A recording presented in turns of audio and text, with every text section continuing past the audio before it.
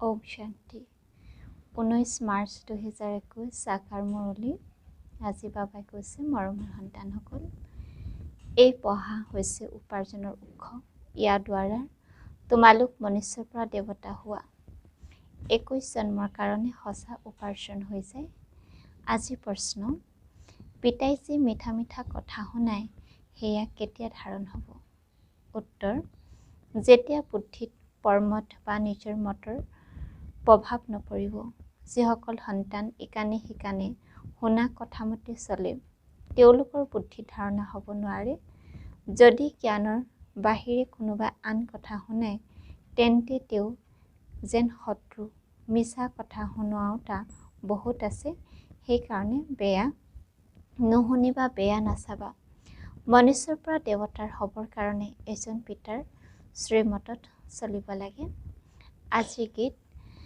আমাৰ তীৰ্থ অনন্য ওম শান্তি এই গীতটি যেন নিজৰ মহিমা কৰিছে বাস্তৱত নিজৰ মহিমা কৰা নহয় এয়াতো সকলো বুজিবলগীয়া কথা যি ভাৰতবাসী বহুত বুদ্ধিবান আছিল এতিয়া বুদ্ধিহীন হৈ গ'ল এতিয়া প্ৰশ্ন উঠে বুদ্ধিবান কোন আছিল এইটো কতো লিখা হোৱা নাই তোমালোক হৈছা গুপ্ত কিমান আচৰিত কথা পিতাই কয় মোৰ দ্বাৰাহে সন্তানসকলে মোক জানিব পাৰে আকৌ মোৰ দ্বাৰা সকলো জানি যায় সৃষ্টি আদি মধ্য অন্তৰ যি খেল সেয়া বুজি যায় অন্য কোনেও নাজানে আৰু এটা মুখ্য ভুল কৰিছে যে নিৰাকাৰ পৰম পিতা পৰমাত্মাৰ শিৱৰ সলনি কৃষ্ণ নাম দি দিছে প্ৰথম নৱৰ শাস্ত্ৰ যিখন শ্ৰীমদ ভাগৱত গীতা বুলি কয় সেইখনেই ভুল হৈ গ'ল সেইবাবে প্ৰথমতে সিদ্ধ কৰা যে ভগৱান এজন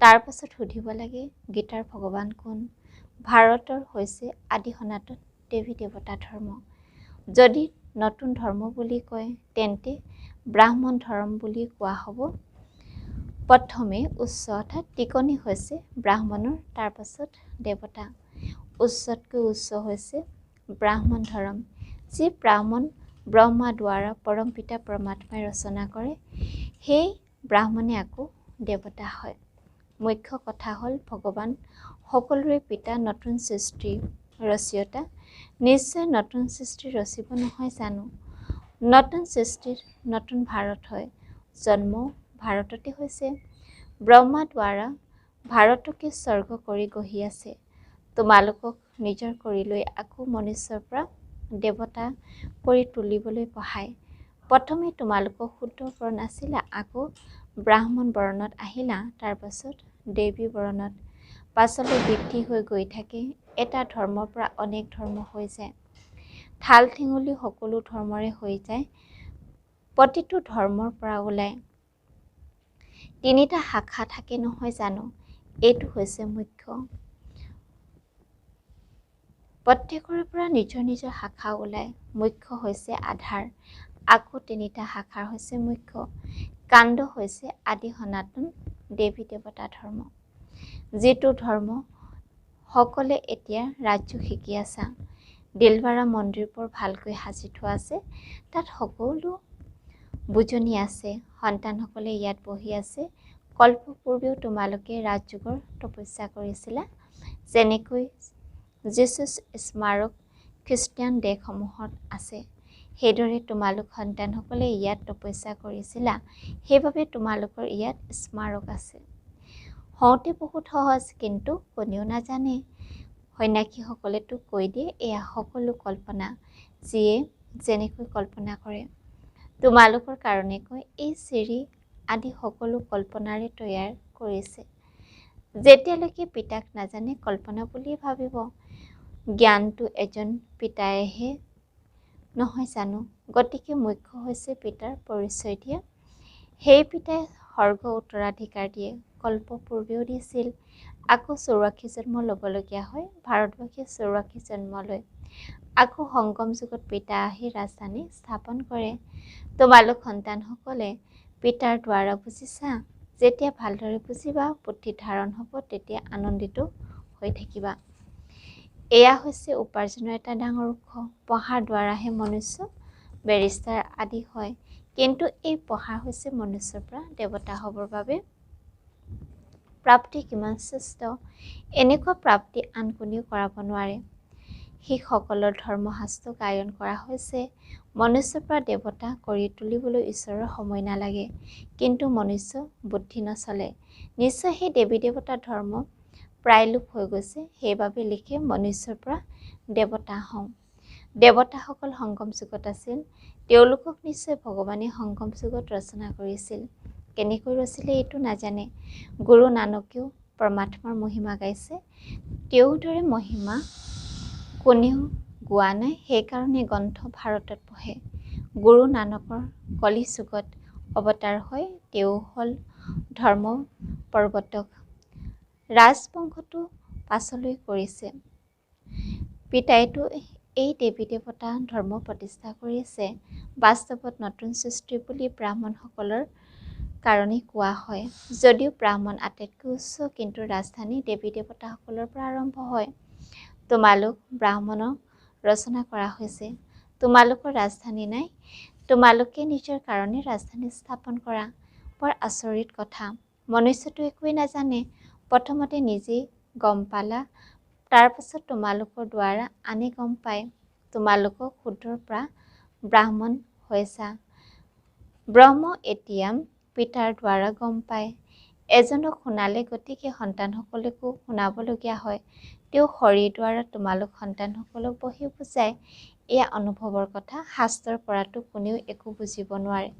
পিতাই কয়, গোটেই কল্পত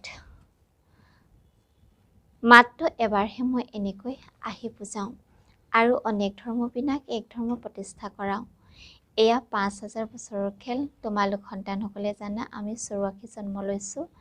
বিষ্ণু নাভিৰ পৰা ব্ৰহ্মা আৱিৰ্ভাৱ হোৱা দেখুৱায়। ব্ৰহ্মা আৰু বিষ্ণু এয়া কাৰ সন্তান? দুয়ো শিৱৰ সন্তান হ'ল। তেওঁ হ'ল ৰচয়িতা, তেওঁলোক ব্ৰহ্মা আৰু বিষ্ণু হ'ল ৰচনা। এই কথাবোৰ কোনেও বুজিব নোৱাৰে। একেবাৰে নতুন কথা। বাবাও কয় এয়া নতুন কথা। কোনো শাস্ত্ৰতে কথাবোৰ থাকিব নোৱাৰে। জ্ঞানৰ সাগৰ হৈছে পিতা, তেওঁৱে গীতাৰ ভগৱান। ভক্তি মাৰ্গত শিৱ জয়ন্তীও পালন কৰে। সংগম যুগত উৎসৱ পালন নকৰে, তেন্তে নিশ্চয় সংগমতে আহে। এই কথাবোৰ তোমালোকে বুজি গৈ থাকা আৰু বুজাই থাকা। বুজাওতা পিতাৰ যি মহিমা আছে, সেয়া সন্তানসকলৰ থকা উচিত। তোমালোকো মাষ্টৰ জ্ঞান সাগৰ হ'ব লাগে, প্ৰেমৰ সাগৰ, সুখৰ সাগৰ ইয়াত হ'ব লাগে। কাকো দুখ দিব নালাগে, বহুত মিঠা হ'ব লাগে। তোমালোক যিসকল বিষৰ নিচিনা তিতা আছিলা, সেইসকল এতিয়া নিৰ্বিকাৰী ব্ৰাহ্মণ হৈ আছা, ঈশ্বৰৰ সন্তান হৈ আছা। বিকাৰীৰ পৰা নিৰ্বিকাৰী দেৱতা হৈ আছা। আধা কল্প তোমালোক পতিত হৈ এতিয়া একেবাৰে জৰাজীৰ্ণ অৱস্থা পাইছা। উৱলি যোৱা কাপোৰ এছাৰি দিলে ফাটি চিৰাচিৰি হৈ যায়। ইয়াতো জ্ঞানৰ এছাৰ খালে তেতিয়া টুকুৰা টুকুৰ হৈ যায়। কিছুমান কাপোৰ ইমান মলিয়ন যে চাফা কৰিবলৈ বহুত সময় লাগে। এতিয়া তাতো সাধাৰণ পদ্ধতি পাই যায়।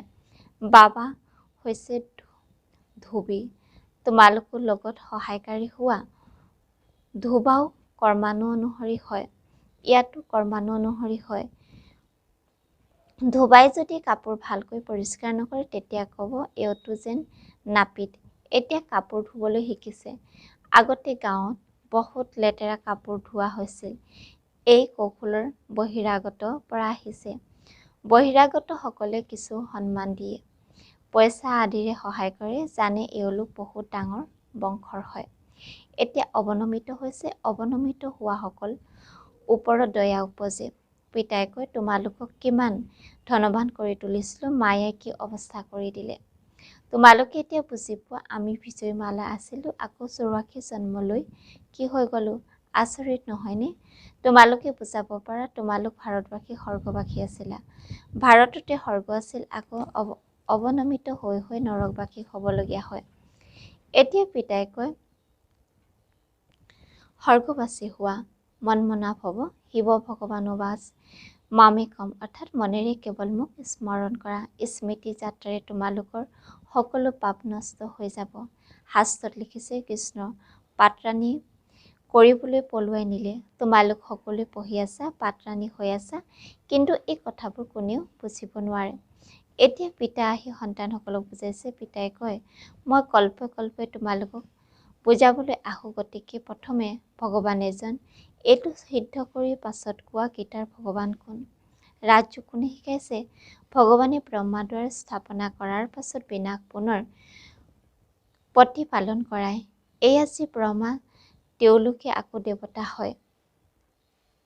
এই কথাবোৰ তোমালোকে বুজি পাব।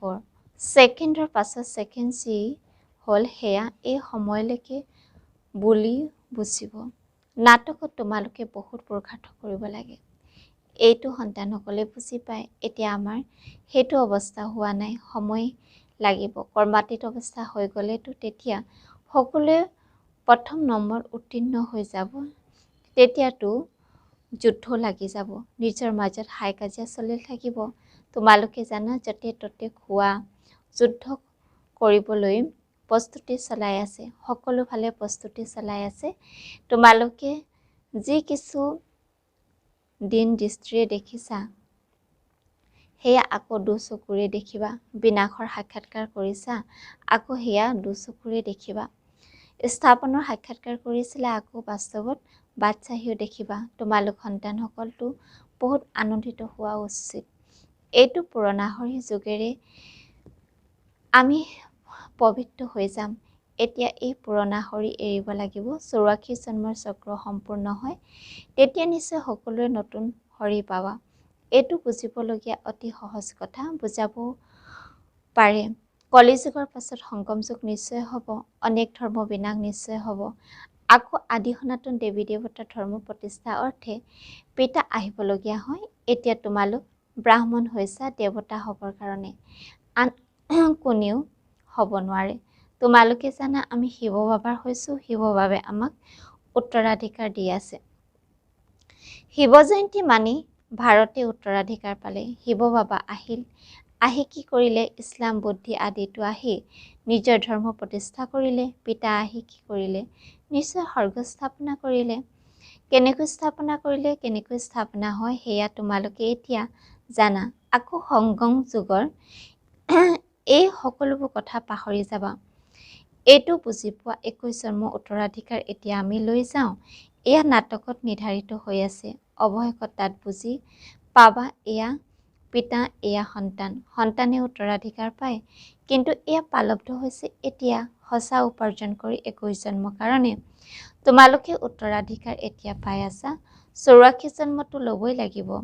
শত্ৰু প্ৰধানৰ পৰা আকৌ শত্ৰু ৰজু তমুত আহিবা। এইটো ভালদৰে স্মৃতিলৈ আনিলে তেতিয়া আনন্দিত হৈ থাকিবা। বুজাবলৈ বৰ পৰিশ্ৰম হয়, যেতিয়া বুজি যায় তেতিয়া সকলো আনন্দিত হয়। যিসকল সন্তানে ভালদৰে বুজি পায়, তেওঁলোকে আকৌ বহুতক বুজাই থাকে, কাঁইটক ফুল কৰি গঢ়ি থাকে। এয়া হৈছে অসীমৰ পঢ়া। উত্তৰাধিকাৰ বেহদৰ পৰা পোৱা যায়। ইয়াত আকৌ যোগো বেহদ। গৃহস্থ ব্যৱহাৰত থাকি গোটেই সংসাৰ ত্যাগ কৰিব লাগে, কিয়নো তোমালোকে জানা এই পুৰণি সৃষ্টি নাশ হৈ যাব। এতিয়া নতুন সৃষ্টিলৈ যাব লাগে, সেইকাৰণে বেহদৰ সন্যাস কৰা। সন্যাসীসকল হৈছে সদৰ সন্যাস আৰু তেওঁলোক হৈছে সৎযোগী। ইয়াত সৎৰ কথা নাথাকে। এয়াতো হ'ল পঢ়া। পাঠশালাত পঢ়িব লাগে মনুষ্যৰ পৰা দেৱতা হ'বৰ কাৰণে। শিৱ ভগৱানো বা কৃষ্ণ হ'ব নোৱাৰে। কৃষ্ণই কেতিয়াও নতুন সৃষ্টি ৰচিব নোৱাৰে। তেওঁ স্বৰ্গ ঈশ্বৰৰ পিতা বুলি নকয়, স্বৰ্গৰ ৰাজকুমাৰ বুলি ক'ব। গতিকে কিমান মিঠা মিঠা কথা বুজিব আৰু ধাৰণ কৰিব লাগে। দৈৱী গুণো থাকিব লাগে।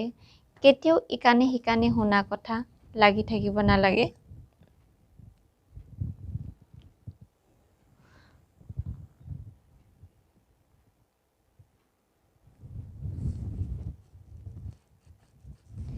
ব্যাসে লিখা কথাবোৰত লাগি লাগি অধোগতিত হৈ গ'ল নহয় জানো?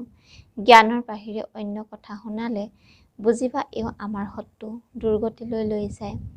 কেতিয়াও পৰৰ মতত চলা অনুচিত। নিজৰ মতত পৰমতত চলিলে মানে তেওঁ মৰিল। পিতাই বুজাই থাকে, মিছা কওঁতাতো বহুত আছে। তোমালোকে পিতাৰ পৰাহে শুনিব লাগে। বেয়া নুশুনিবা, বেয়া নাচাবা। বাপ দাদা আহিছে মনুষ্যৰ পৰা দেৱতা কৰি তুলিবলৈ, তেন্তে তেওঁ শ্ৰীমতত চলা উচিত। ভাল বাৰু, অতি মৰমৰ কল্পৰ পাছত পুনৰাই লগ পোৱা সন্তানসকলৰ প্ৰতি মাতা পিতা বাপ দাদা স্নেহপূৰ্ণ স্মৰণ আৰু সুপ্ৰভাত। আত্মিক পিতাৰ আত্মিক সন্তানসকলক নমস্কাৰ। ধাৰণাৰ বাবে মুখ্য হাৰত কৈছে, ইয়াত পিতাৰ সমান সুখৰ সাগৰ প্ৰেমৰ সাগৰ হ'ব লাগে, সৰ্বগুণ ধাৰণ কৰিব লাগে, কাকো দুখ দিব নালাগে। 2 নম্বৰত কৈছে, ইকাণে সিকাণে শুনা কথাত কেতিয়াও বিশ্বাস কৰিব নালাগে, পৰমতত চলিব নালাগে, বেয়া নুশুনিবা, বেয়া নাচাবা। বৰদান, সদায় ব্ৰাহ্মণ জীৱনৰ নীতি আৰু ৰীতি অনুসৰি চলোতা, ব্যৰ্থ সংকল্প মুক্ত হোৱা। যি ব্ৰাহ্মণ জীৱনৰ নীতি ৰীতি অনুসৰি চলি সদায় শ্ৰীমতৰ আজ্ঞা স্মৃতিত ৰাখে আৰু গোটেই দিন শুদ্ধ পবিত্ৰত ব্যস্ত হৈ থাকে, তেওঁলোক ব্যৰ্থ সংকল্পৰূপী ৰাৱণে প্ৰহাৰ কৰিব নোৱাৰে। বুদ্ধি প্ৰবৃত্তি হ'ল শুদ্ধ সংকল্প কৰা, বাণী প্ৰবৃত্তি হ'ল পিতাৰ দ্বাৰা যি শুনিছা সেয়া শুনোৱা, কৰ্ম প্ৰবৃত্তি হ'ল কৰ্মযোগী হৈ প্ৰতিটো কৰ্ম কৰা। এনেকৈ প্ৰবৃত্তিত ব্যস্ত হৈ থকাসকলে ব্যৰ্থ সংকল্পৰ পৰা নিবৃত্ত প্ৰাপ্ত কৰি লয়।